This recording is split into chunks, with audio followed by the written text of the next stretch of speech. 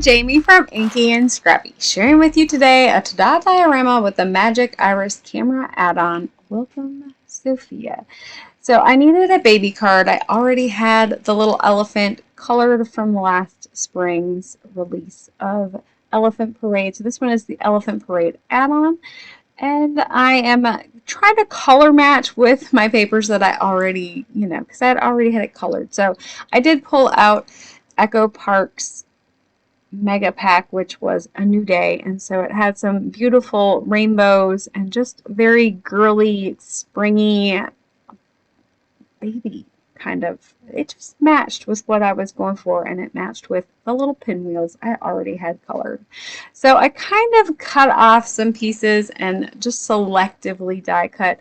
I knew that I was going to have to go back and cut lines and stuff. So once I had everything die cut out, I had used everything was from that New Day Mega Paper Pack. So the Mega Paper Pack has coordinating solid colors in it as well.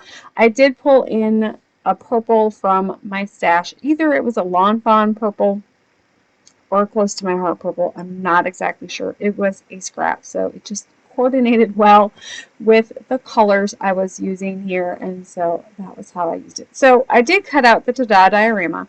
I am trimming it down a little bit. So I want to say I trimmed it down to 2 3/4 inches high because it's got to fit inside that camera add-on. So if that is something that you're doing, that is, and then I ended up having to kind of fold down or, go down with my other ones here. So I want to say I scored them at 3.5 and 1 3/4 inches about.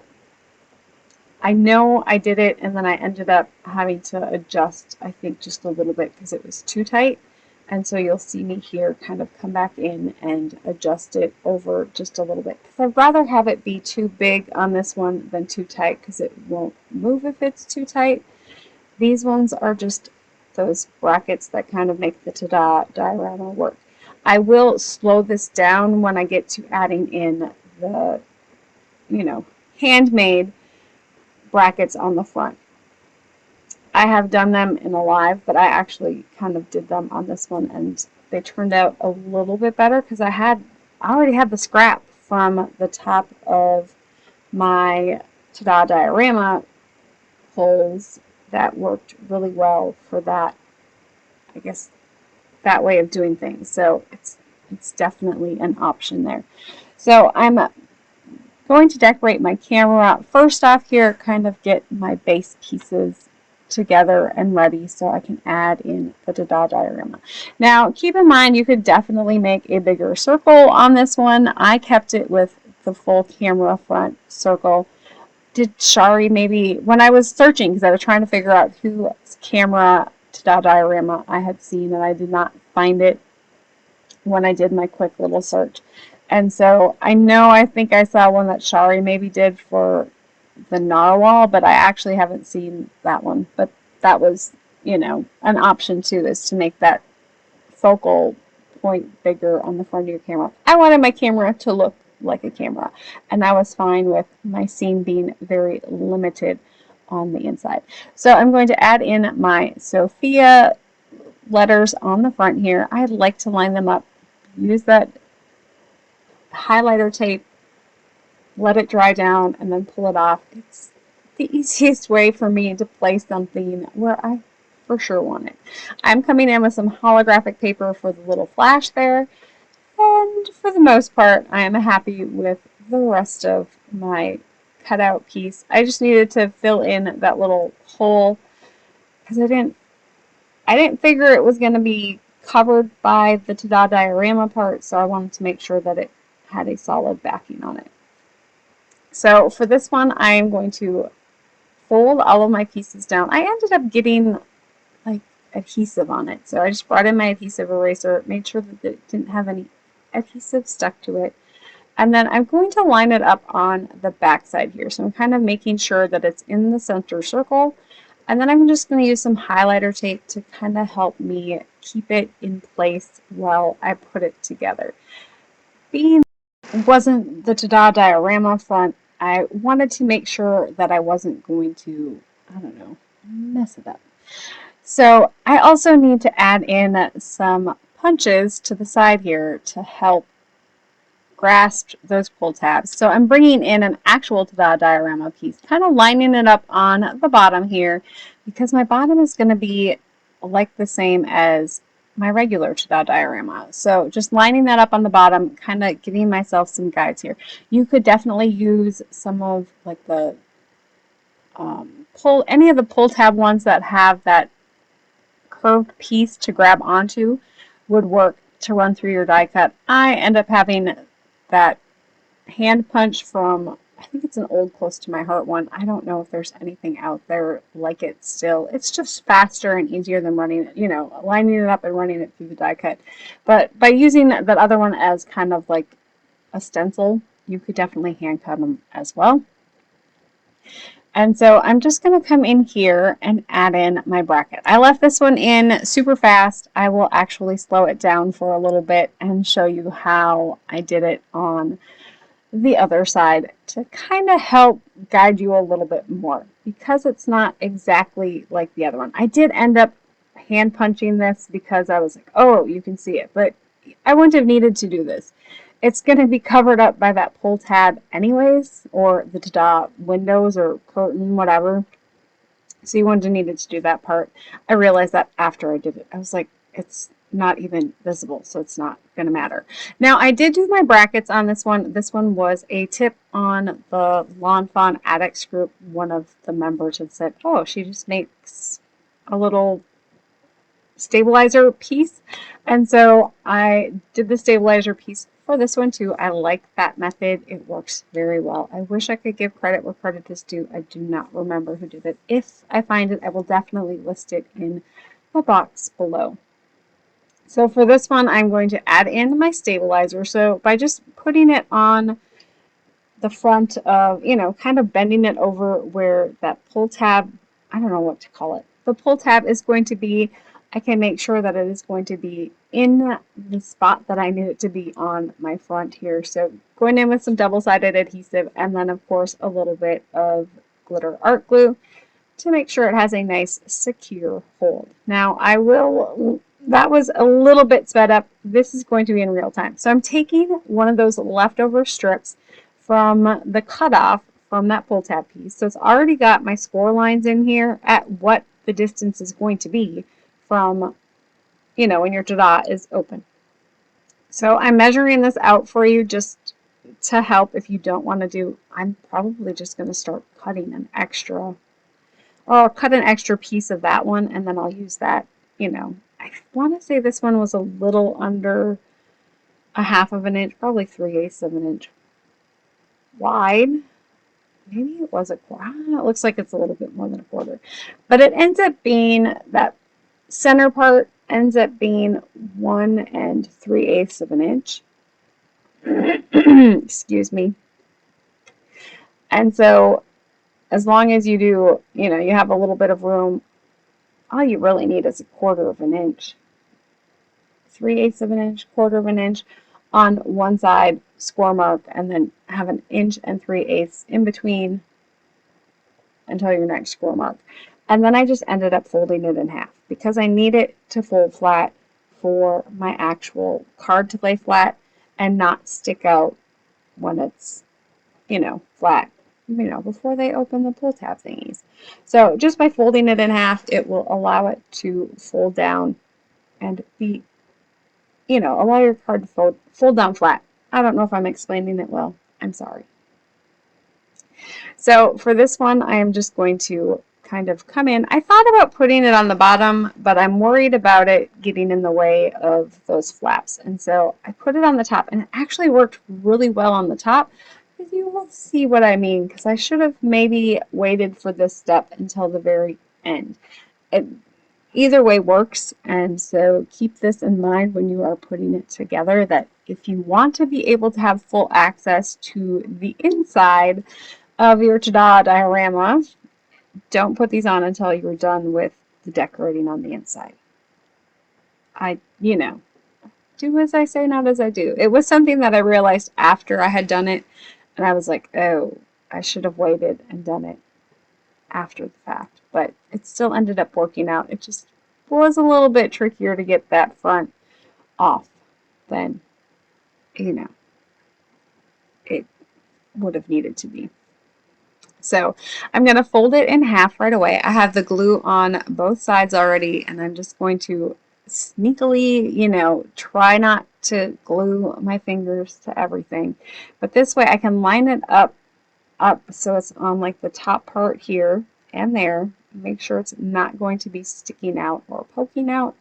And then by adding it onto the bracket that holds that front in place, and the back panel here, it's not going to hinder or limit my movement on my Ta-Da pull tab.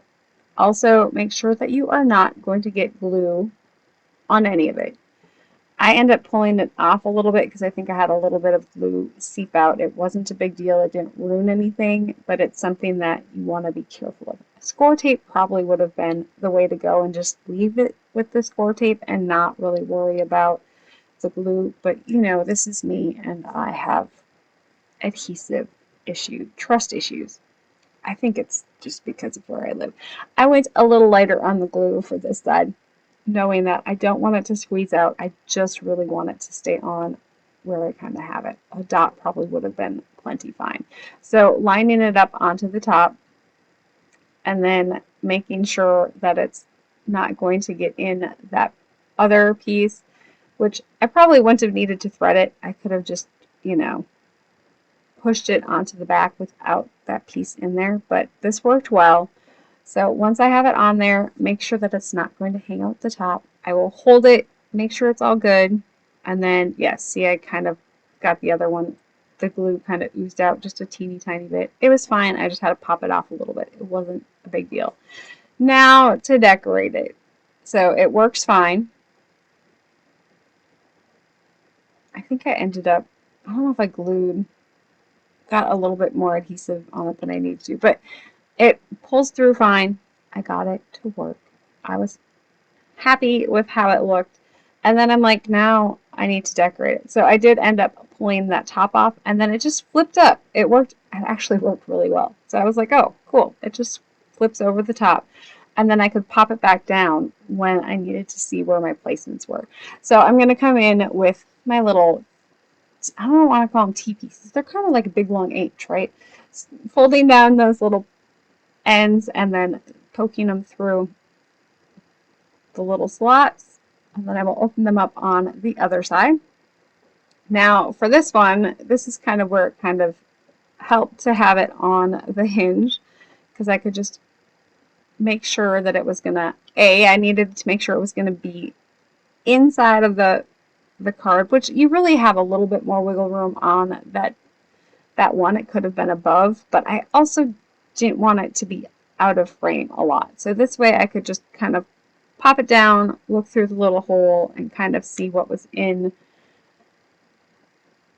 focus. I don't want to say in focus because that really doesn't sound right, but what was in the aperture or in my camera lens. And so I'm going to kind of move these around a little bit, also knowing that I have to be able to close it up. We all know that the Ta-Da Diorama, you really only have maybe an inch and a little bit of wiggle room on the front one and a little bit more wiggle room on the back one. That back one, I want to say you have about 2-ish, maybe a little bit more inches of wiggle room. And so it doesn't have to be centered. It can be one way or the other. Just make sure that if that piece is sliding, it's not going to slide outside of the, you know, where your Ta-Da Diorama is flat. So you have a little bit of wiggle room as to, it doesn't have to be directly in the middle, but you want to kind of have it centered and then maybe a little off center. So I try to do off center on one side and then off center the other side for my back one. So my front one, you know, off center one side and then the back one off center the other side, if that kind of helps with the depth perception and what you see behind it. I don't know if I'm making sense. I'm sorry if I'm not. So then to finish up my card here, I'm going to do a piece of pattern paper that coordinates with the front of my camera here. I thought this little rainbow pattern was adorable. And yes, I'm cheating and using the little part that still has the hole on it because I know it's going to be covered up by the camera part. So I was like, it's, you know, it'll work. It's what we call, you know, being smart with our supplies and not wasting. This way I get, you know, a little bit more out of the rest of my paper pack here. And so I didn't have to pull in a second sheet. I could just use the one that was there. So I'm going to pop on the camera to that background there. I did glue a piece onto, I didn't have to glue a piece onto the back of the camera because I have the base of the Ta-Da Diorama behind there, so I didn't have to worry about the hole. And then once I have this done, I decide it needed some glitter. So I'm going to pop it open and add some glitter to those. And then I'm very carefully going to add some glitter onto the bottom of my Sophia letters here. It just needed, it's a gold card. It needed some glitter and bling. Fairy dust magic. Most definitely. So then I will wait for it to dry before I can pop it closed. And then, of course, I decided it needed some little hearts. So I use, this is just an old die I have. I don't know where it came from, but it has these amazing little hearts, and so I can use them to coordinate kind of like an, I don't know, I guess I could have put some clear glaze on them to kind of make them pop a little bit more, but I kind of use it just as embellishment, and it kind of just allows, it went with the little hearts that were inside the little rainbows there, and I just kind of liked the look. So I'm just going to add a few in, make it like a stream of hearts coming up from the eye on Sophia. And then once I am content with that, oh, I did add glitter to all of the little hearts. See, I don't have the card anymore. I can't even tell you, you know, how it looks in person. Yeah. It's already to its recipient. So added some glitter to that, and then I finished it up. I did do the inside. If you hang around for the pictures, you will see the inside of it. I had to wait for it to dry to do the inside, so I didn't get it on camera. But there is the completed card front. So it just says Sophia, and then it pulls open to show that little elephant and the cute little pinwheels. And there is a close-up of the card front. There is a close-up of how it kind of looks when it's all put together with those brackets. And then, of course, welcome little peanut on the inside there. And here is a picture of said little peanut. It's fun being auntie and getting to take pictures. I hope you have an amazing day. Keep getting inky. Bye.